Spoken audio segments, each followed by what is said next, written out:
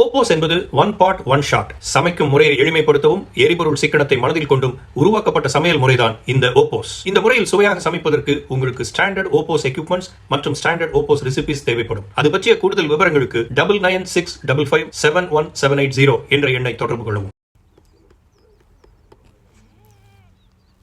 OPOS கிச்சனில் இன்றைக்கி நம்ம வந்திருக்கக்கூடிய இடம் துளவேடு அப்படிங்கிற ஒரு வில்லேஜ் தான்.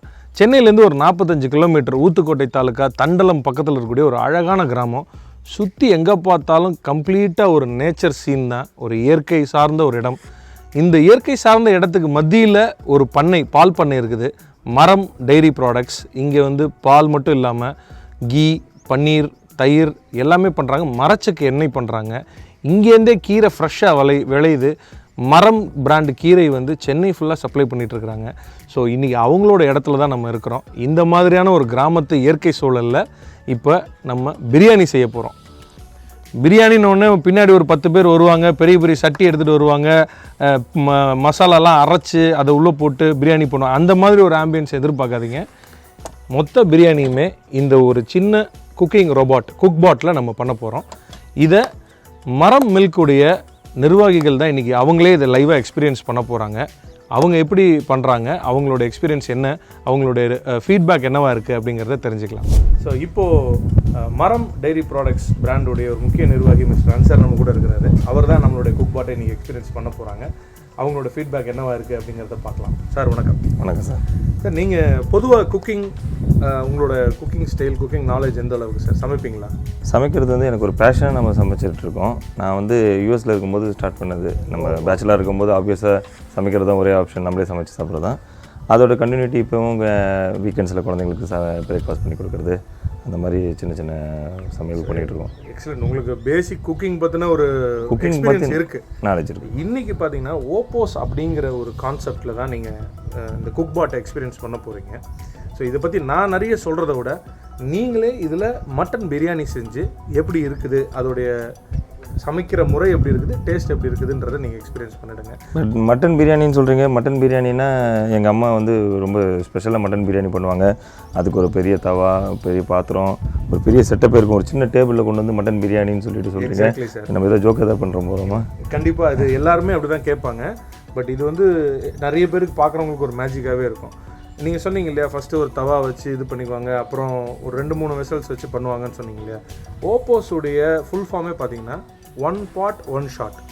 ஸோ ஒரே விஷயத்த ரொம்ப சிம்பிளிஃபைடு குக்கிங். யார் வேணால் இந்த ஸ்டாண்டர்ட் ரெசிபி தெரிஞ்சதுன்னா உங்களுடைய பசங்க 5 வயசு குழந்தை கூட சமைக்கலாம், வயசானவங்க சமைக்கலாம், சமையல் பற்றி பேசிக்ஸ் தெரியாதவங்க கூட சமைக்கலான்றது தான். ஸோ நிறைய பேச வேணாமே, நீங்களே லைவாக சமைச்சிருங்க. நீங்கள் தான் சமைக்க போகிறீங்க. வாங்க ட்ரை பண்ணி ஸ்டாண்டர்ட் சொல்கிறேன், நீங்களே சமைங்க. ஸோ இதுக்கு ஒரு ஸ்டாண்டர்ட் ப்ராசஸ் இருக்குது. ரெசிபிஸ் OPOS கான்செப்டை பொறுத்த வரைக்கும் எல்லா டிஷ்ஷுக்குமான ரெசிபிஸையும் ஸ்டாண்டர்டைஸ் பண்ணிடுறாங்க. ஓகே. ஸோ அந்த ரெசிபியை ஃபாலோ பண்ணி சமைக்கும்போது நம்மளோட டிஷ் டேஸ்ட் நல்லா வருது. அண்ட் இதை நீங்கள் வாங்கி கொஞ்ச நாள் எக்ஸ்பீரியன்ஸ் பண்ண ஆரம்பிச்சிட்டிங்கன்னா நீங்களே உங்களுடைய ஓன் ரெசிபிஸ், உங்களுடைய ஓன் ஸ்டைலையும் எக்ஸ்ப்ளோர் பண்ணலாம். ஓகே. இதுக்கு லிமிடேஷன்ஸ்லாம் கிடையாது. Sky is the limit. நீங்கள் சமைக்க பழகிட்டீங்க அப்படின்னா இதில் என்ன டிஷ் வேணால், உலகத்தில் இருக்கக்கூடிய எந்த ரெசிபியை வேணால் நீங்கள் ட்ரை பண்ண முடியும். இன்றைக்கி நம்ம மட்டன் பிரியாணியை ட்ரை பண்ணிடலாம். நீங்களே உங்கள் கையால் குக்பாட்டோடைய லிட்டை ஓப்பன் பண்ணுங்கள். இன்னர் வெசலை வெளியே எடுத்து வச்சுட்டு இன்க்ரீடியன்ஸ் எல்லாத்தையும் நம்ம உள்ளே ஆட் பண்ணிடலாம். சார், இன்ஃபேக்ட் நீங்களாவது ஓரளவுக்கு பேசிக் சமைப்பீங்க. எனக்கு குக்கிங்கிறது ரொம்ப தூரம் தான்.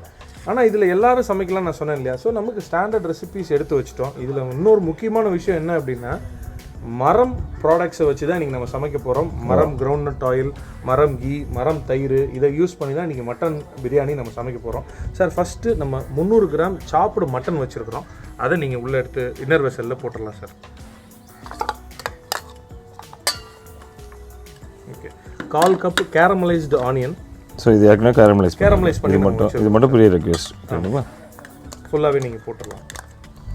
தக்காளியும் அதே மாதிரி 1/4 கப் கேரமலைஸ் பண்ணி வச்சுருக்குறோம். ஸோ அதே மாதிரி 1/4 கப் தக்காளி, டொமேட்டோ கேரமலைஸ் பண்ணி போட்டோம். இப்போது மரம் பிராண்ட் கர்ட் ஆட் பண்ண போகிறோம். இதுவும் 1/4 கப் சார். 1/4 கப்ன்றது நீங்கள் இதில் ஒரு 3 டேபிள் ஸ்பூன் நீங்கள் போடலாம். நம்ம பசும் தயிரோட மனம் தெரியுது. ஆமாம் சார்.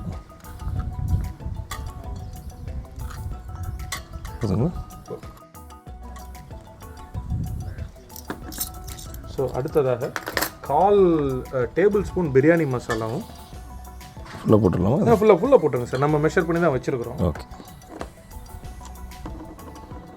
ஜிஞ்சர் கார்லிக் பேஸ்ட் ரொம்ப ஈகராக இருக்குங்க. ஏன்னா இதெல்லாம் வந்துட்டு ஒரு பெரிய ப்ராசஸாக பண்ணக்கூடிய விஷயங்களை ரொம்ப சிம்பிளாக ரொம்ப சிம்பிளிஃபை பண்ணணுன்றது தான் நம்மளுடைய எய்மே. இப்போ வந்து கொரியாண்டர் அண்ட் மின்ட் லீவ்ஸை சாப் பண்ணி வச்சுருக்கிறோம். இதுவும் 1/4 கப்.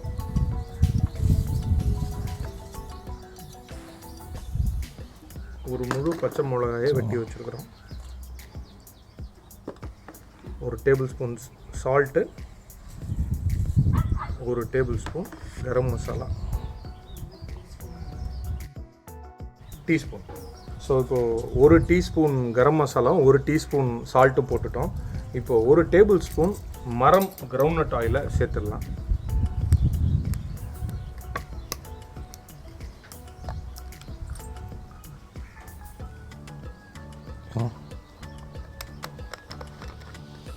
ஸோ இப்போது மரம் பிராண்ட் கீ அதுவும் 1 டேபிள் ஸ்பூன் நம்ம ஆட் பண்ணிடுறோம்.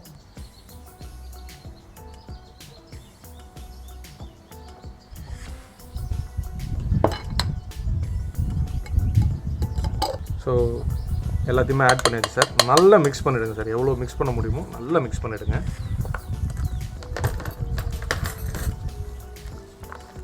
இது திருப்பி மேரினேட் பண்ணணும் அப்படின்னு அதெல்லாம் எதுவுமே இல்லை சார். அவ்வளோதான், மேரினேஷன் ப்ராசஸாக நீங்கள் பண்ணுறீங்க. ஓகே. நல்லா மிக்ஸ் பண்ணிவிடுங்க.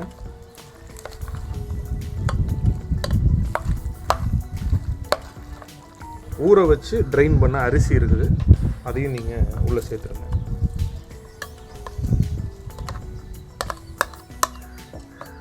அதையும் லேயர் பண்ணிட்டோம்.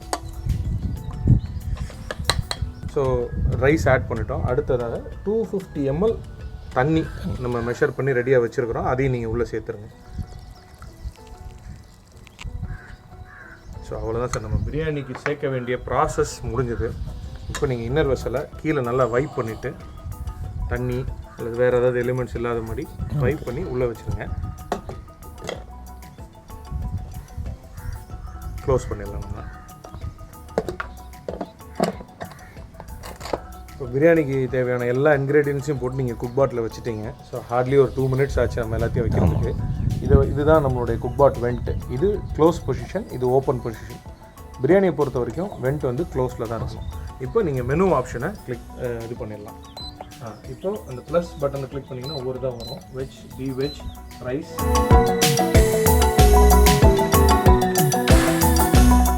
Chicken biryani, goat biryani. Goat biryani. ஸோ கோட் பிரியாணி போட்டு ஸ்டார்ட் கொடுத்துட்டீங்க அப்படின்னா ஸ்டார்ட் ஆகிடும்.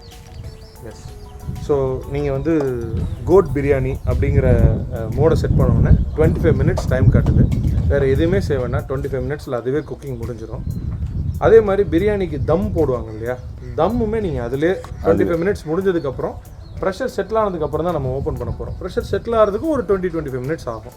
ஸோ ஹார்ட்லி ஒரு 1 hour கழித்து நம்ம பார்த்தோம் அப்படின்னா நமக்கான பிரியாணி ரெடி. இதில் நம்ம வேறு எதுவுமே பண்ண வேண்டாம் சார். ஸோ ஒரு ஆள் கூட நிற்கணுன்ற அவசியம் இல்லை. நீங்கள் வச்சுட்டு நீங்கள் படுக்கு போயிட்டீங்கன்னா திருப்பி வரும்போது பிரியாணி வந்து பீப் போட்டு உங்களுக்கு அதுவே உங்களுக்கு கால் பண்ணணும். பீப் சவுண்டோட நீங்கள் வந்து ஓப்பன் பண்ணி மிக்ஸ் பண்ணி சாப்பிட்டீங்கன்னா பிரியாணி ரெடி. சார் இப்போது நம்ம குக்பாட்டில் பிரியாணி வச்சுட்டோம். நமக்கு இனிமேல் அது பக்கத்தில் வேலை கிடையாது. சுற்றி கண்ணு கட்டுற தூரம் வரைக்கும் பச்சை பசேல்னு இருக்குது, அவ்வளோ இயற்கையாக இருக்குது. இதுக்கு நடுவில் நீங்கள் ஒரு பால் பண்ணை வச்சுருக்கிறீங்க. இன்ஃபேக்ட் பால் மட்டும் இல்லை, மரச்சக்கை எண்ணெய் வச்சுருக்கிறீங்க, நாட்டு சக்கரை வச்சுருக்கிறீங்க, பால் சம்மந்தப்பட்ட அத்தனை டைரி ப்ராடக்ட்ஸும் இங்கேருந்து நீங்கள் ரெடி பண்ணுறீங்க. பேசிகிட்டு இருக்கும்போது நீங்கள் யூஎஸில் பேச்சுலராக இருக்கும்போது யூஎஸில் இருந்தேன், அப்போ தான் சமைக்க கற்றுக்கிட்டேன் அப்படின்லாம் வேறு சொன்னீங்க.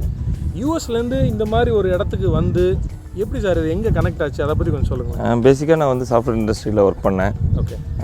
ஆஃப்டர் சம் இயர்ஸ் நம்மளே ஏதாவது பண்ணணும்னு நினச்சிட்டு இருக்கும்போது என்னோடய ஃப்ரெண்ட்ஸ் 2 பேர், முரளி அண்ட் ரகு, அவங்க 2 பேர் கூட சேர்ந்து இந்த ஜல்லிக்கட்டு போராட்டத்தப்போ ஜல்லிக்கட்டுக்கு அந்த மக்களுக்கு ஹெல்ப் பண்ணுறதுக்கு அதுக்கெலாம் போகும்போது பேக் டு த சொசைட்டி ஏதாவது கொடுக்கணும் அப்படின்ற ஒரு எண்ணம் வரும்போது இந்த மரச்சக்கை பற்றி நிறைய வந்து நாங்கள் வந்து ரிசர்ச் பண்ணி ஏன் நம்ம வந்து ஒவ்வொரு ஏரியாலையும் ஒவ்வொரு மரச்செக்கு வச்சு எண்ணெயை வந்து ஆர்கானிக்காக மக்களுக்கு கொடுக்கக்கூடாது அப்படின்ற விதத்தில் மரச்செக்கில் இருந்து தான் நாங்கள் ஆரம்பித்தோம். மரச்செக்கு ஆரம்பித்து எண்ணெயெல்லாம் கொண்டு வந்ததுக்கப்புறம் இந்த புண்ணாக்கு என்ன பண்ணுறது அப்படின்ற ஒரு கொஸ்டின் வரும்போது தான் நம்ம கிருஷ்ணமூர்த்தின்னு சொல்லிட்டு நம்மளுடைய ஃப்ரெண்டு ஒருத்தர் வந்து அந்த புண்ணாக்கை வந்து நம்ம ஒரு 4 மாடுங்களுக்கு கொடுப்போம் சார், பாலை கொண்டு போய் நீங்கள் வீட்டுங்களுக்கு கொடுங்க, அப்படின்னு ஒரு சின்ன ஒரு ஐடியாவாக வந்து ஒரு சின்ன ஸ்பார்க்கில் ஆரம்பித்த ஒரு விஷயந்தான். அந்த பாலை நாங்கள் டேஸ்ட் பண்ணி பார்க்கும்போது தான் நம்மளுடைய பழைய காலத்தில் நாங்கள் எப்படி பால் குடித்தோம் அந்த ஒரு டேஸ்ட் எங்களுக்கு திருப்பி கிடச்சிது. ஏன் இந்த பாலை வந்து நம்ம வந்து மக்களுக்கு கொண்டு போய் சேர்க்கக்கூடாது? சென்னையில் வந்து அங்கே குடிக்கக்கூடிய பாலில் கிடைக்கக்கூடிய கலப்படங்கள் அதை பற்றி நிறைய கேள்விப்பட்டிருப்பீங்க நீங்கள். ஏன் இதை வந்து நம்ம வந்து மக்களுக்கு இதை ஒரு இதாக கொண்டு போகக்கூடாது அப்படின்ற ஒரு ஸ்பார்க்கில் ஆரம்பித்த விஷயந்தான் இந்த மரம் பசும்பால். எண்ணெய்க்கு அப்புறம் வந்து பால் தான் எங்களோட மெயின் பிஸ்னஸ் ஆச்சு. எண்ணெயை வந்து நாங்கள் இப்போ வந்து வெளியிலலாம் கொடுக்குறதில்ல, எங்களுடைய பால் கஸ்டமர்களுக்கு மட்டும்தான் எண்ணெயை போய் சேருது. நீங்கள் மரச்செக்கு எண்ணெய்க்காக தான் இதை ஆரம்பிச்சிருக்கீங்க. ஆமாம். அப்புறம் அந்த புண்ணாக்குக்காக தான் மாடு வாங்குறீங்க. ஆமாம், மாடுலேருந்து தான் பால் கறக்க. இந்த கதையை வச்சு ஒரு படமே எடுக்கலாம். ஆமாம், அதனால தான் அந்த மரம்ன்ற பேர் அங்கேருந்து ஆரம்பிச்சது. ரெண்டாவது மரம்ன்ற பேர் வச்சதுக்கான இன்னொரு காரணம் என்னென்னா, மரம் மட்டும்தான் உலகத்திலே வந்து எந்த எதிர்பார்ப்பும் இல்லாமல் மக்களுக்கு திருப்பி கொடுக்கக்கூடிய ஒரு விஷயம். ஸோ நம்மளுடைய பிஸ்னஸ் அந்த ஒரு கான்செப்டில் இருக்கணுன்றதில் ஆரம்பத்திலே தெளிவாக இருந்தோம். அதனால தான் மரம்ன்ற பேர் வச்சு இதை ஆரம்பித்தது நாங்கள். Excellent sir, excellent. ஒரு இன்ட்ரெஸ்டிங்கான ஸ்டோரி. என்ன வால்யூம் பண்ணுவோம் சார்? இப்போ நம்ம எந்தெந்த ரீஜனுக்கெலாம் நம்மளுடைய ஆர்கானிக் பால் நம்ம சப்ளை பண்ணுறோம்? ஒரு நாளைக்கு சராசரியாக எத்தனை லிட்டர் பால் நம்ம சேல்ஸ் பண்ணுறோம் சார்? ஸோ இது வந்து ஆர்கானிக் பால்ன்றதுனால இதில் கலப்படம் ப்ரிசர்வேட்டிவ் எதுவுமே ஆட் பண்ணாதனால இதை வந்து இந்த பண்ணையிலேருந்து ஒரு 70 கிலோமீட்டர் சரௌண்டிங் மட்டும் தான் நம்மளால் கொடுக்க முடியும். இல்லைன்னா அதை வந்து பாலோட தன்மை மாறிடும். ஸோ சென்னையை ஃபுல்லாக கவர் பண்ணுறோம் நாங்கள். சென்னையில் வந்துட்டு அந்த பக்கம் நாவலூரில் ஆரம்பித்து இந்த பக்கம் பெரம்பூர் வரைக்கும் ஃபுல்லாக சென்னை ஃபுல்லாக வந்து ஒரு சென்னை ஃபுல்லாக ஒரு 26 அவுட்லெட்ஸ்க்கு வச்சு அது மூலமாக வந்து டெலிவரி பண்ணுறோம். அவுட்லெட்டும் இருக்குது, டோர் டெலிவரி இருக்குது.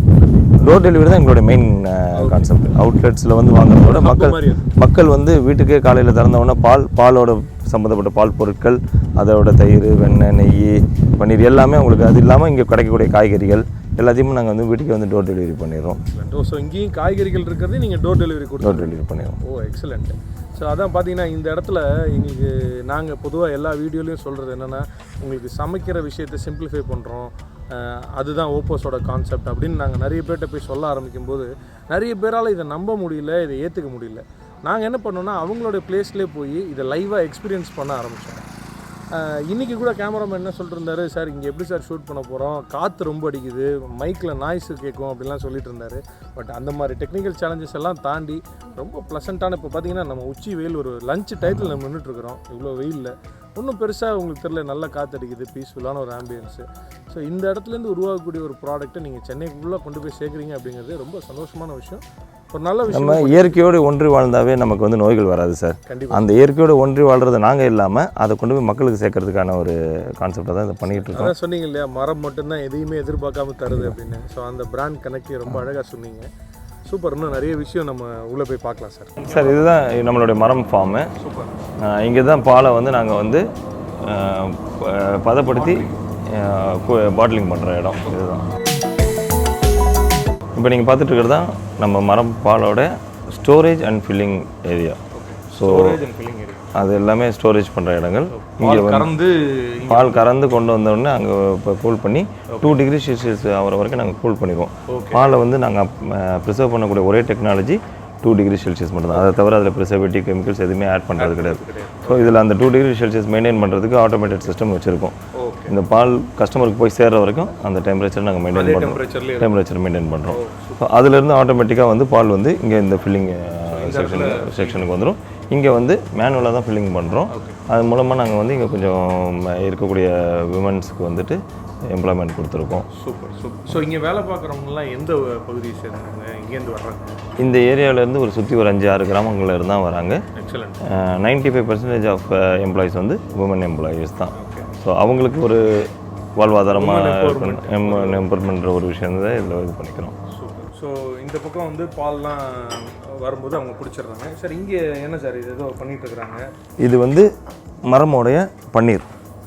இது வந்து ஒரு யுனிக்கான ஒரு மெத்தடில் நாங்கள் வந்து இந்த பன்னீரை வந்து லைம் மட்டும் போட்டு பன்னீர் ப்ரிப்பேர் பண்ணி எந்த கெமிக்கல்ஸ் ப்ரிசர்வேட்டிவ் எதுவுமே இல்லாமல் ஒரு கமர்ஷியல்னஸே இல்லாத ஒரு பன்னீர். அதை அப்படியே க்யூப்ஸாக போட்டு அந்த வே வாட்டரோடு கொடுக்குறோம். இந்த வே வாட்டரும் வந்து நீங்கள் அப்படியே குக்கிங்க்கு யூஸ் பண்ணிக்கலாம். Full protein. ஸோ குழந்தைங்களுக்குலாம் ஒரு ஹெல்த்தியான இது. இந்த பன்னீர் வந்துட்டு மெட்ராஸில் இருக்க பெரிய பெரிய செலிபிரிட்டிஸ் முதற்கொண்டு பெரிய பெரிய ஓப்பன் பண்ணி பாருங்கள். ஃப்ரெஷ்ஷாக அந்த ஃப்ரெஷ்னஸ் தெரியுது நமக்கு. ஸோ இது வந்து அதே வாட்டரோடு நீங்கள் கொடுக்குறீங்க அப்படிங்கிறது ஒரு பெரிய யூனிக்கான விஷயம். நீங்கள் பொதுவாக பன்னீர்னு நம்ம போய் எந்த சூப்பர் மார்க்கெட்டில் வாங்கினாலும் அந்த கியூப் மட்டும்தான் இருக்கும். அது கொடுப்பாங்க. ஏன்னா அவங்க அது கெமிக்கல்ஸும் ஆசிடும் போட்டு வந்துட்டு அதை பண்ணுறதுனால வந்து அது அவங்களால கியூப் மட்டும் தான் கொடுக்க முடியும். நம்ம மட்டும் தான் பன்னீரை வந்து இந்த மாதிரி ஒரு இதோடைய லைஃப் டைம் என்ன சார்? எத்தனை நாள் வச்சு யூஸ் பண்ணலாங்க? 4 days தாங்க. 4 days தான். ஏன்னா எந்த ஒரு பொருள் நேச்சுரலாக இருந்தாலும் அதுக்கு லைஃப் டைம் வந்து கம்மி. உண்மை, கரெக்டு தான் சார். உங்களுடைய மில்க் செக்ஷன் பண்ணை எல்லாமே பார்த்தோம். நம்மளோட பிரியாணியும் ரெடி ஆகி ஆல்மோஸ்ட் ஒரு 40 minutes ஆயிடுச்சு. ஸோ தம்மும் கம்ப்ளீட்டாக போட்டு ரெடியாக இருக்குது. ஸோ ப்ரெஷரும் ஃபுல்லாக செட்டில் ஆகிடுச்சு. ஓகே, இப்போ நம்ம வேறு எதுவுமே பண்ண வேண்டாம், ஓப்பன் பண்ணி நம்ம டேஸ்ட் பண்ணிடலாம். நீங்களே உங்கள் கையால் ஓப்பன் பண்ணுங்கள் பார்ப்போமா எப்படி இருக்குன்னு சொல்லிட்டு. எனக்கே அவ்வளோதான் இருக்குது, பார்ப்போம். ஸோ வாவ், எக்ஸலண்ட்டாக வந்துருக்குது. பயங்கர வாசனையாக இன்னர் வெசலை எடுத்து இதில் போட்டுடலாம். அப்படியே கவுத்திருங்க சார், அப்படியே கவுத்திடலாம். அவ்வளோதான். ஸோ கூட அடி பிடிக்கல இல்லையா? ஜென்ரலாக பிரியாணியில் வந்து கஷ்டமான ஒரு விஷயமே அந்த அடி பிடிக்காமல் பண்ணுறது தான். இதில் ஒரு ட்ராப் கூட அடி பிடிக்கல. இதை ஃபுல்லாக மிக்ஸ் பண்ணிடலாம் சார். கொத்தமல்லி ஃபுல்லாக எல்லாமே உள்ளே போட்டுடலாம். போட்டு நம்மளுடைய மரம் கீ கொஞ்சம் ஆட் பண்ணிடுங்க ஃப்ளேவருக்காக.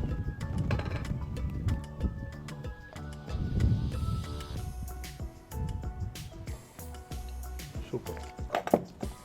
ஃபுல்லாக நீங்களே மிக்ஸ் பண்ணிவிடுங்க சார் உங்கள் கையால். நீங்கள் தான் பிரியாணி நிறைய முறை செஞ்சுருக்கேன் நீங்கள். ஸோ நீங்கள் தான் மிக்ஸ் பண்ணணும். ரொம்ப சூப்பராக வந்துருக்குங்க.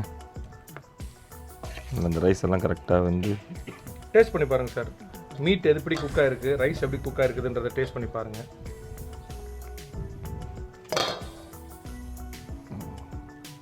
ஜூஸியாக வந்துருக்குங்க மட்டன். சாப்பிட்டு பாருங்கள் சார், சாப்பிட்டுட்டு சொல்லுங்கள். Very nice. ஸோ பொதுவாக அந்த மட்டன் வந்து இந்த சிக்கனை கம்பேர் பண்ணும்போது மட்டன் தான் கொஞ்சம் நிறைய வேகத்துக்கு டைம் எடுக்கும்லாம் சொல்லுவாங்க இல்லையா? ஆனால் மட்டன் நல்லா வெந்திருக்கு. மட்டன் பீஸ் வந்து நல்லா அழகாக வந்து ரொம்ப அருமையாக இருக்குது.